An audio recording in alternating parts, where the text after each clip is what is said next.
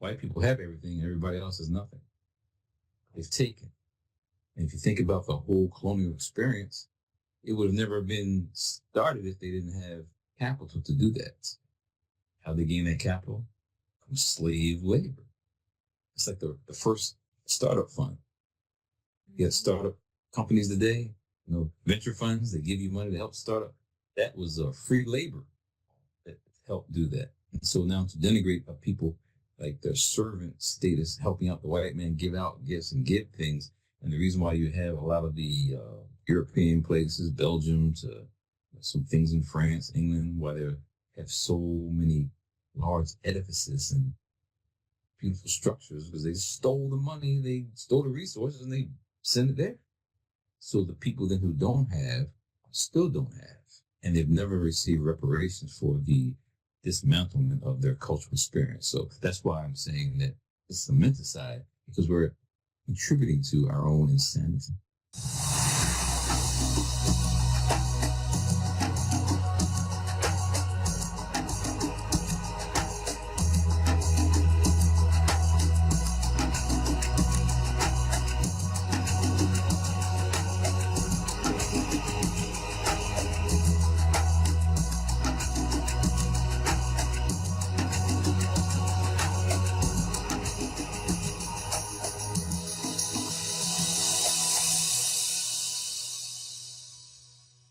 Well, welcome everyone, and thank you so much for joining us today. Again, we have our dear colleague and comrade and friend, Timo, and we are so glad to have him today, especially because he's coming in with a special request that we have asked of him.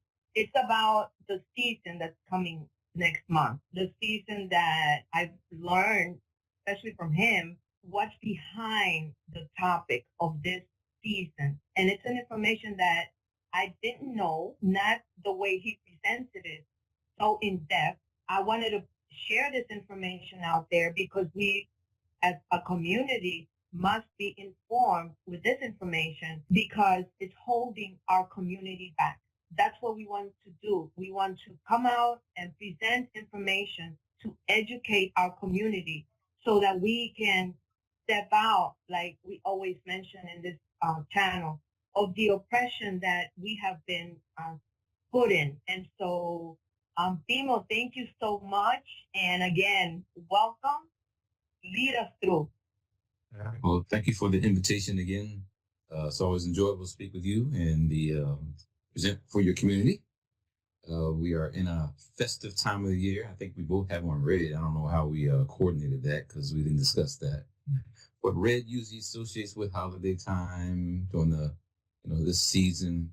And it's a beautiful time of the year, Christmas carols and festive activities. And it's getting cold where I'm at right now. So the weather is changing. And so the consciousness changes. And it's supposed to be a beautiful time of the year. And this presentation is in no way to deter someone from having an enjoyable holiday season. You can celebrate any way you like to, but we have to be aware of things that do impact us consciously. And really, as we talk today, subconsciously, not on the surface. And it explains why we may have problems within our community because we don't know what we're doing. Mm-hmm. When we say don't know what we're doing, we don't know what we're practicing. You don't know practicing because someone told you to do this.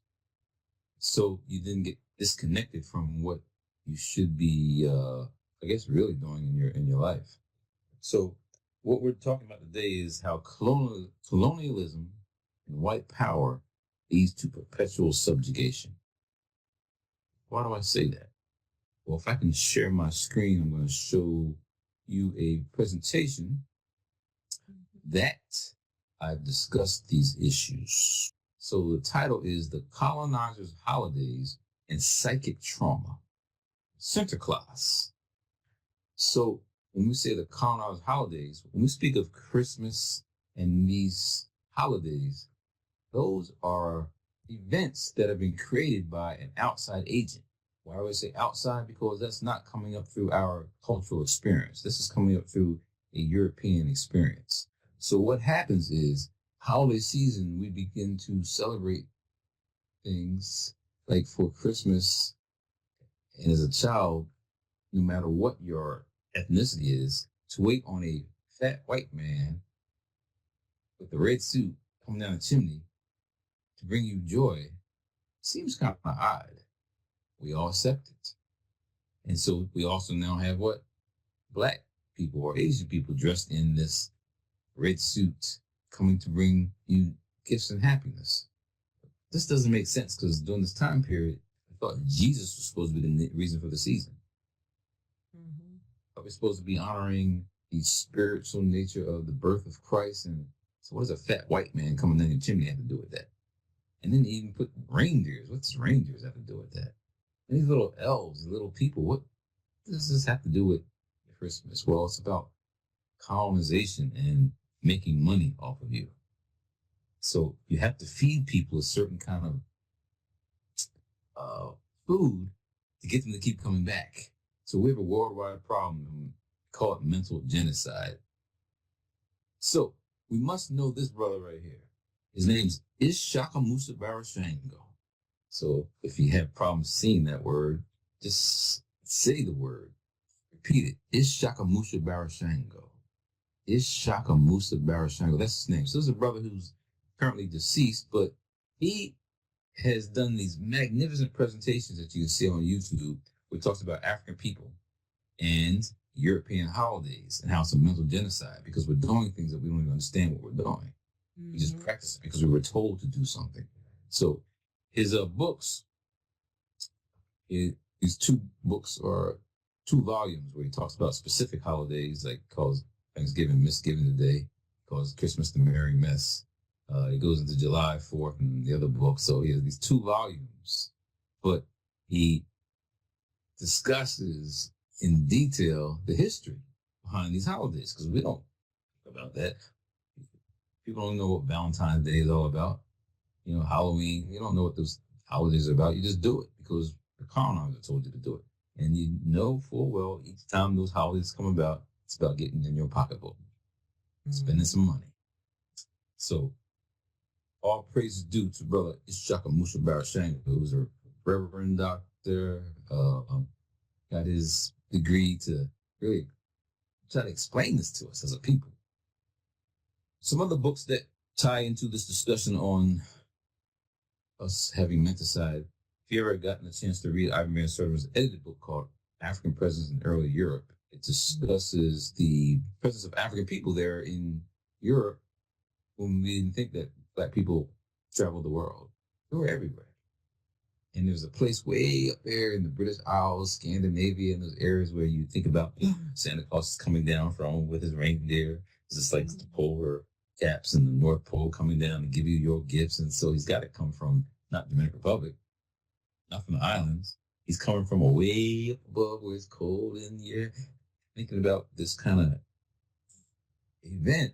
But then there's like these little elves. Who are these little elves? What does that even have to do with Christmas? The middle book, we'll discuss this because this is like a history of the Council of Nicene, the Nicene Council.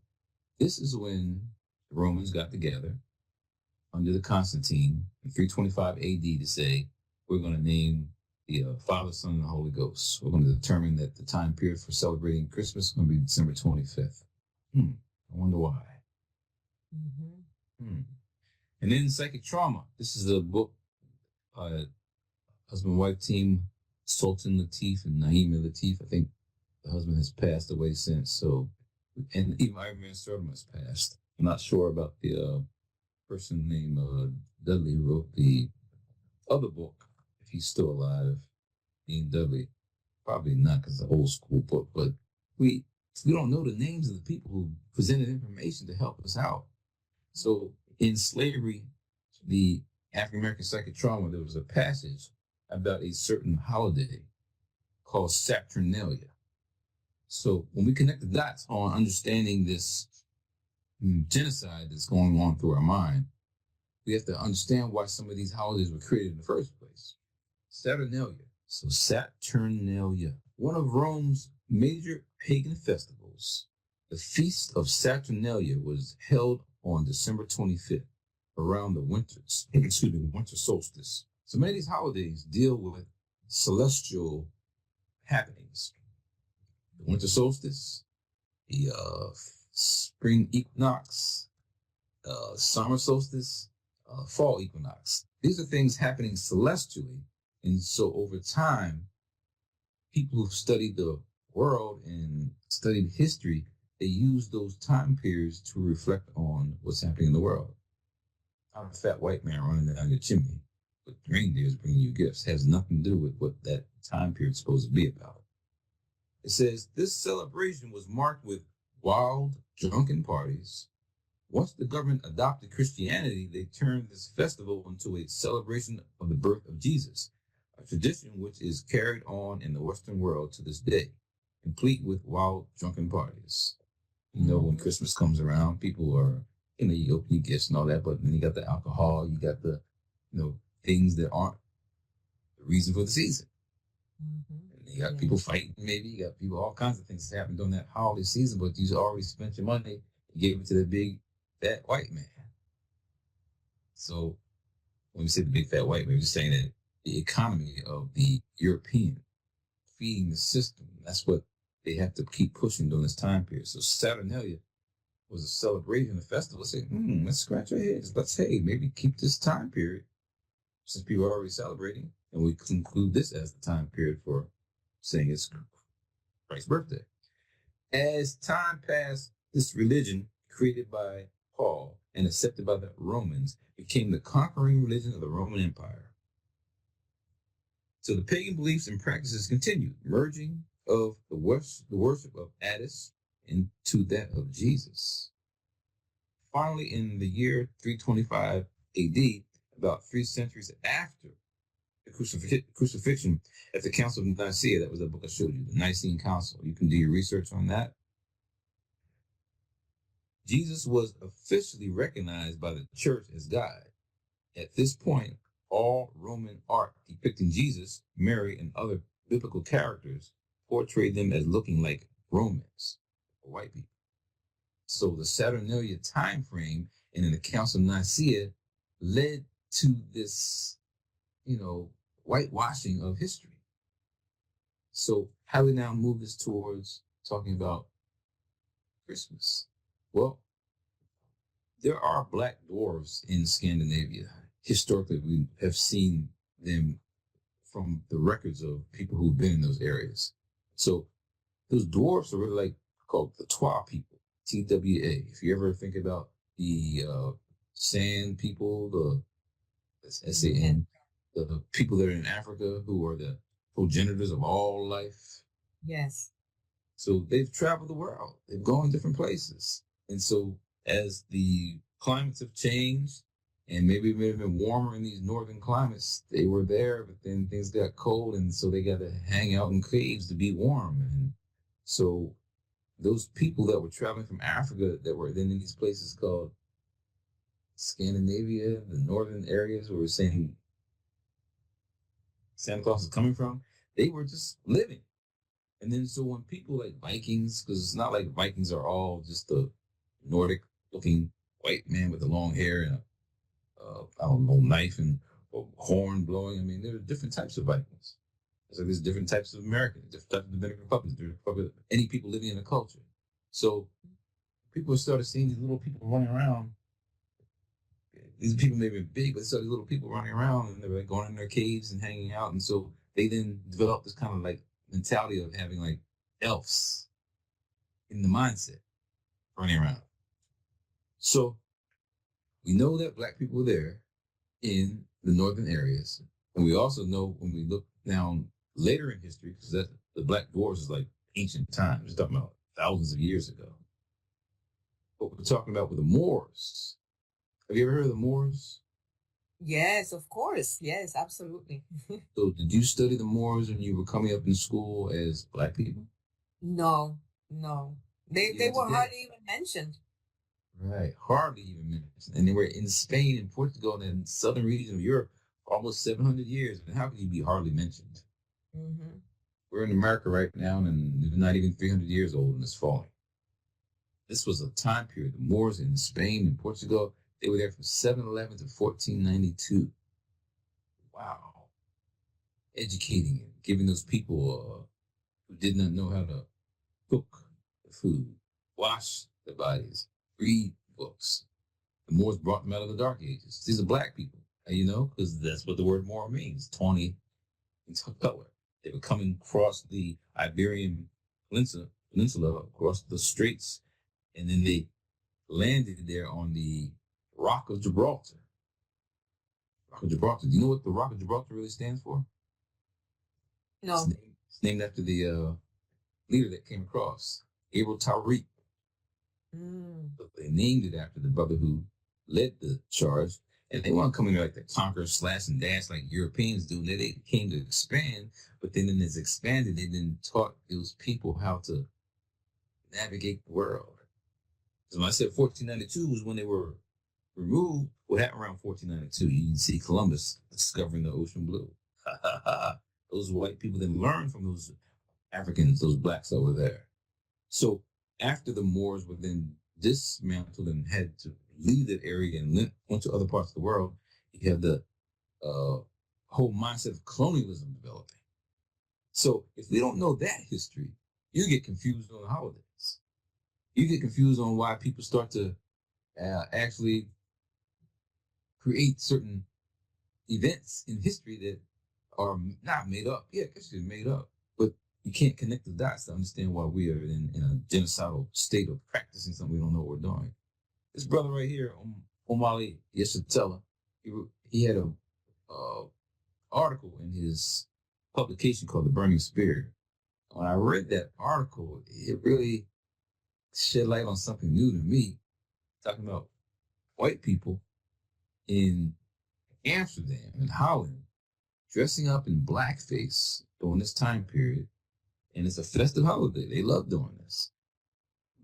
Like black polish on their face, wearing afros, dreadlocks, kind of dance like black people. So what kind of event is this? So he attended one of these parades as an African living in America, visiting Holland, and was bewildered at the joy people were having, denigrating other people's culture. And so you have this white guy named Santa Claus. Santa Claus, but then in America or other cultures, it's called Santa Claus.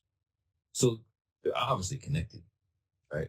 They got to be the same people, different ways of expressing the cultural experience. So you have these Europeans thinking that it's fine to do this, and you have protests all over the world saying that this parade is negative. They don't see it that way. There's nothing wrong with this. It's fine. I mean, we have collective groups of insanity that go on all the time. Like, oh, it's fine to have a criminal as your president. We don't mind. Someone who is indicted 31 times, it's fine to have that. I mean, so if you can collectively think that today, collectively people have done these things over the years and haven't had to worry about something that could be unjust. So Santa Claus is actually now a Dutch name, and the Dutch were involved in this. The Dutch were very involved in that early part of the slave trade, the ships, they were very involved in the slave trade now. Well, there's this particular character, and we got to say servant because he's not the man. He's following the man who's Santa Claus, but it's called Swarty Pete. Swarty means black. So he's the servant of this cherubic, jolly-looking white man. And we're supposed to, again, have in our mindset the white man in happiness. But they created havoc in this situation. So all these white people are dressed up in blackface and wearing black kind of like appearances. And there's gifts for Christmas. And we know, again, the whole issue of giving gifts during Christmas is about giving back and love and peace. But it's about capitalism. It's about getting your money. It's really about, they should be giving gifts all year long. We're about one day and giving gifts. We are gifts to one another. You give gifts and you share life. But this time period, again, Saturnalia Festival, Rome, Nicaea Conference, Control the World. Because remember in Rome, it said, in Rome, do as Romans do. They were all over the world trying to conquer. So they led this charge, and it helped out to create a scenario where we're all now celebrating something we don't know what we're doing. You give these gifts. They say the good children get gifts, and the bad children are put into a sack. Of course, you can't put a bad person in a sack and carry a child like that. Of course, you can put gifts in a sack and give them. But what is the rationale between putting bad kids in a sack and then you take them to Spain? Now, Holland and Spain didn't have too great of a relationship. Spain conquered Holland. So why are you now sending the little kids, the bad kids, back there to Spain? Because that's where the Moors were. So these Dutch names for, this negativity, I mean, the Dutch, again, were involved in and not to say anything bad about Dutch culture in Amsterdam today, because a lot of people who go there, they feel freedom. Smoke the hashish in the cafes. Look at women inside of a glass case and, hey, I want that. So they're like a free society. But just in terms of those free societies and the history that they didn't have an impact on the rest of the world is problematic. Those same Dutch people were the same Dutch people that went down to South Africa. Heard about apartheid? Yeah. Yes. So the 1619 project, which received a lot of controversy, Nicole Hannah in her project called 1619, even though that's not the first time Africans were here in the United States, but those captives that were in that time period were brought by the Dutch. And so there's history stating that the ship was named the Good Ship of Jesus and was blessed. Many of these ships blessed by popes and, cardinals, and blessed by the patron saint, Santa Claus. And the patron saint of Santa Claus is really the patron saint of shipping. So all this idea about getting money and capitalism and colonialism and people who only have money spending money on a time period they shouldn't be, they get caught up. And so the people who don't spend any money, they're Scrooges, or they're bad people. They're not part of the system. And so the way that Yeshatelli's article was being described is that when you look at the Christmas story and all these stories about Christmas time, those stories are making it like, hey, just be happy to have and give. And it sounds so happy, but capitalism is exploitative. You don't even have a job and money, but you're trying to find ways to get your child a gift. I mean, it's a cycle of genocide, a cycle of insanity that we're spending money when we should not be spending like that. So this guy named Scrooge was like, trying to make people know you work. And then he then had some mysterious sleep, woke up, and some ghosts said, man, you need to be more kind to your people. Let them be off during Christmas time. Let them have some peace. So it sounds like a happy story, but it's not a happy story because, again, it's about exploitation. This will be a little baseline to discuss the topic of we're looking at here. Yes. As winter approaches the Netherlands, excitement and anticipation hang heavy in the air. This is because in the second week of November, Santa Claus, or de Sint, arrives in the Netherlands. From Spain, by steamboat. Obviously, the celebration means happy smiles for the children and an annual racial debate for the adults. How did such a joyful tradition become so controversial? The holiday celebrates St. Nicholas, the patron saint of children, sailors, and stamp collectors. To you, Santa Claus may resemble a slightly anorexic Santa Claus in formal church attire. No coincidence, as Santa Claus is simply the Coca-Cola Company's more marketable version of Sint. Although Christmas and Santa Claus bear some resemblance, there is one aspect that is markedly different. Blackface. As with any person of his celebrity status, Sint travels with an entourage. These are Zwarte Pieten. These jovial and mischievous chimney sweeps do most of the heavy lifting for their elderly friend. They provide the treats for the good children and the punishment for the bad. A misbehaving Dutch child will not only get no gifts, but Pete will also shove them in a sack, beat them with a stick, and drag them back to Spain. Because the character of Zwarte Piet originated during colonial times, many view the practice as insensitive or racist. Die Zwarte Pieten, dat kan echt niet meer, toch? Others see it as an innocent part of a childhood tradition. In fact, millions see it this way. Survival tip. Just agree with everyone. Disagreeing with anyone will undoubtedly turn into a lengthy discussion from which everyone leaves angry, frustrated, and full of delicious paper noten. Certain politicians are trying to enact legislation that would make altering his appearance illegal.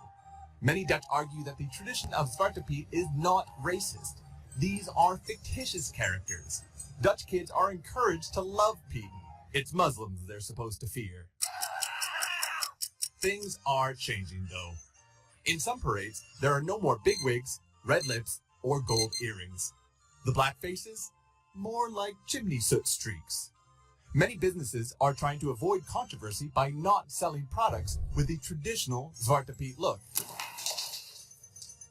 In protest, some parents plan on boycotting these stores, while some children plan on continuing to not give a shit.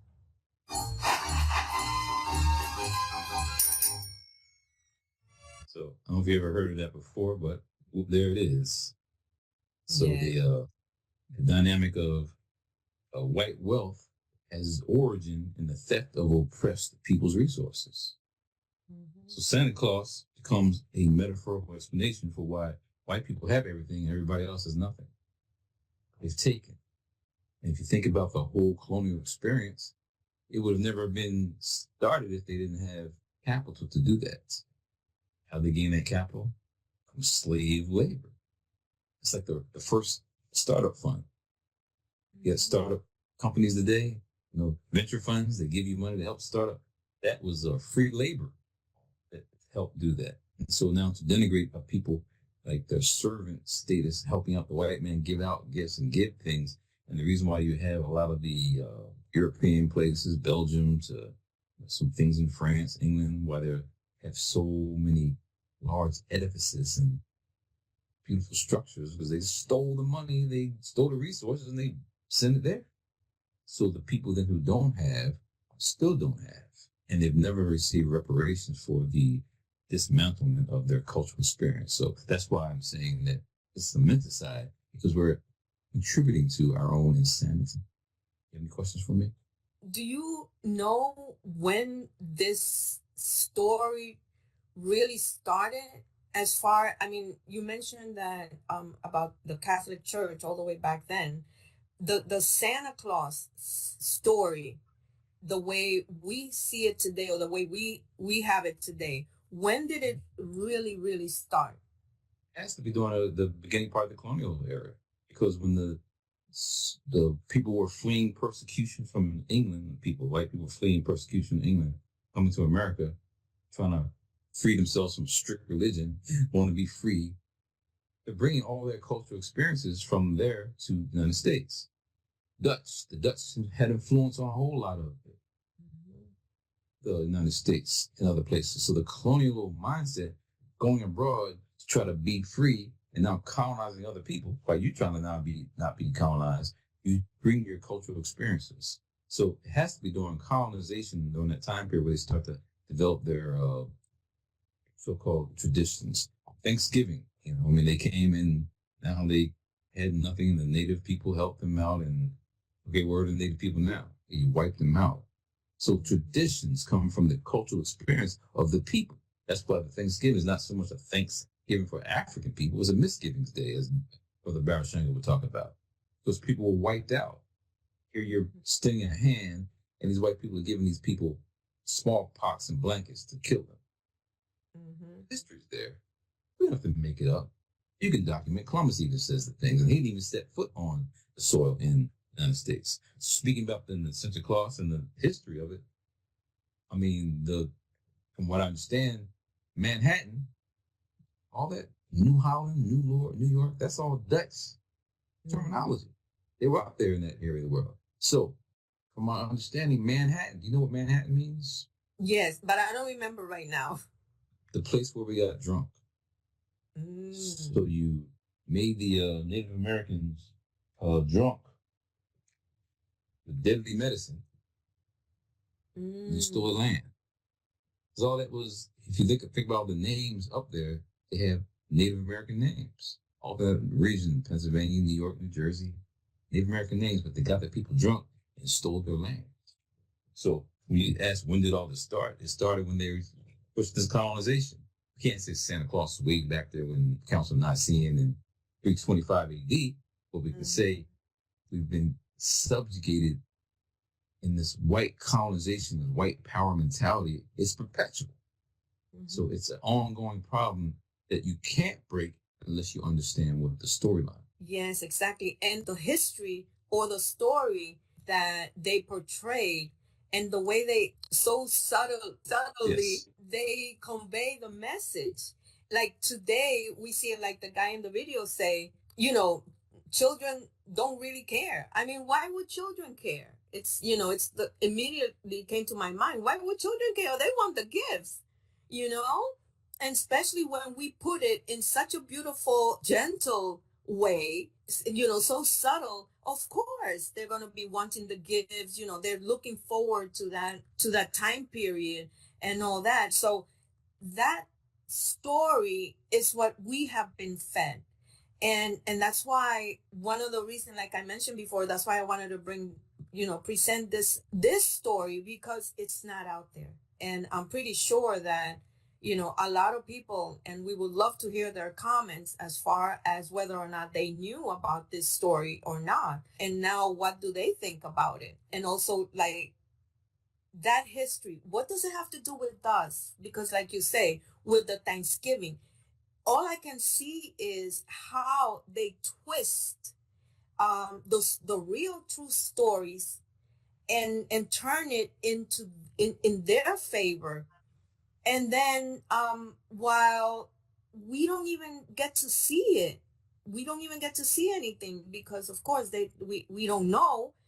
And so we don't have the should I say the tools to really be able to change the narrative? You mean the mental tools? Yes. Because why is it that everywhere you go on the planet, white people are on top and darker people are on the bottom? How does that even happen? Because it's a massive plan. It's a massive global system to create it so that it remains in place. Any disruption of that, like having a person of color being in charge, that's going to disrupt this colonial pervasive perspective we just discussed. So you then have opposition. So those Africans were in Spain and Portugal for 700 years. That's a long time of respect that the people were providing, receiving, interchanging. How did it all switch?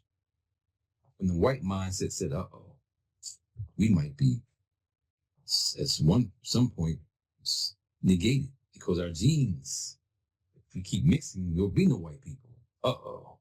We have to wait to think about how do we control this. And so these holidays and these capitalistic enterprises are then basically how slavery is the root of why white people stay on top.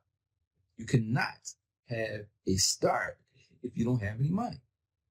Slavery, you had people working and you weren't paying them. That's fantastic for the employer or the oppressor. So we have to put ourselves in a position of understanding that why people are getting laid off today because they don't want to pay your salary. People getting laid off today because they can send that money cheaper somewhere else for someone to do, which is really like slavery. I could pay those people in Haiti or China, Indonesia, Bangladesh, 2 cents an hour rather than paying you a salary of $30,000, $40,000. I'm going to cut your salary and take it where I can get this slave labor. So we cannot dismiss this problem as frivolous. No, it's pervasive and explains why African people or darker people all over the world seem to be the ones without, when the places that they come from have all the resources. How does that happen? So you stole the people's resources, taking what they have, and don't give anything back. Of course they're going to be poor. And of course, the people who are taking it are always going to be rich until we change that mentality. That's why what's going on in Africa right now, in the Francophone countries, like Cote d'Ivoire, Mali, Guinea Faso, they're telling the white man, get out. You exploited us long enough, get out. It's unfortunate. Haiti, they did that, get out. But then you see the white supremacist mentality organizing around not allowing that to work anymore. The sanctions on Venezuela, the sanctions on Cuba, the sanctions on Haiti, the sanctions is economic warfare. So let's play the game. Economic warfare, we will not participate in your Christmas holiday and spend money on your products. Collapse it. But you can't collapse it if you aren't mentally prepared to fight the system. That's why I say why Ishakamusa Barashango says mental genocide. We're just killing ourselves and don't know why and how. So to get out of that, let's connect those dots. And I think there's some power in our collective work. Yes, and that's another reason why I wanted to bring this presentation out, because it has to change. In other words, we have to create a shift within our mind, but first we have to be informed. So we're bringing out the information so we as a community collectively can begin to shift from that mentality, because we must do so. There's a lot of topics that we have to work with ourselves in order for us to be working towards that mental liberation. And so I really appreciate all this information. And I said, we have to bring this out. We have to bring this out. So I really appreciate your willingness to continue to share all your wisdom with us. I also wanted to point out that if we think, we cannot only see it as far as the Christmas time is concerned, especially with this blackface thing, because like you said, they brought into the United States, they brought this customs with them, and we say, they don't exist anymore. They came here, they changed their mind, whatever. But it's funny because we still see it today. We still see, I think it was last year that we had, or this year, I don't remember exactly the time. But I don't know if you remember when they were protesting in some university, I think it was in Tennessee, and they came out with black faces. And so we see these black faces being represented.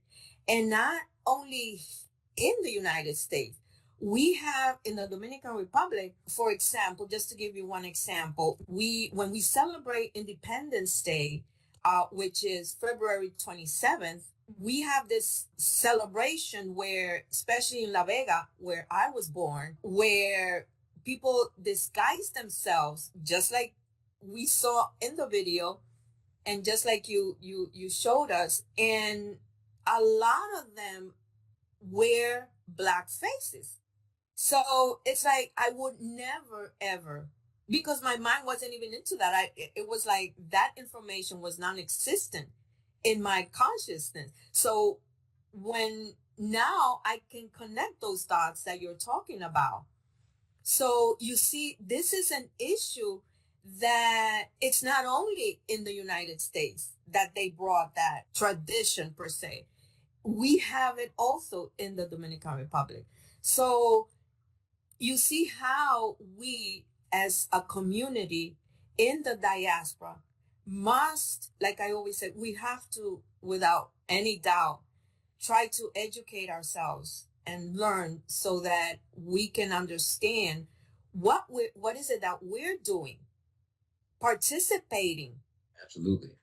You see, participating and continuing that colonial mentality in our community without even knowing. And we celebrate all that. Yeah, I know when I was a child, I found my gifts on the bed. And I don't know if I was looking for the fat white man coming down the chimney, but I love my parents more for what my parents were doing to love me. It had nothing to do with the Christmas holiday and the things and some white man. It had to do with me respecting my parents, knowing that my parents loved me. So as we got older, as I got older, understanding the nature of the season, you start to understand that we're being exploited. And so we as a people must be more collective. And that's why there's people like Maulana Karenga, who created a holiday called Kwanzaa. And Kwanzaa is to help people to say, okay, if I'm not going to celebrate Christmas during this time period, this season, I can at least do something that provides some principles that we can follow, some moral character that can be developed. Again, we're living in a system in the United States where there is no moral character if you can have it as a elected president that's a criminal. You know, those people that came abroad, that came 1619, many of them were criminals. England said, look, get them out of here, send them abroad. And what they do? Got on a little boat, then Mayflower people were crooks and criminals. Read the history on that. So it's embedded in the culture that does not do right. If you're now seeking freedom, then you're going to be subjugating other people. Something's wrong with the psyche there. And these people that are now, you say, dressed in blackface, white people dressed in blackface, like, you're trying to be black. You hear the Dominican Republic, it's got white people traveling to the islands. Why are they traveling down and trying to get black? They don't like black people. Trying to tan. That's a psychological problem. You should be growing to respect people. So when we say Kwanzaa, the first principle of Kwanzaa is unity.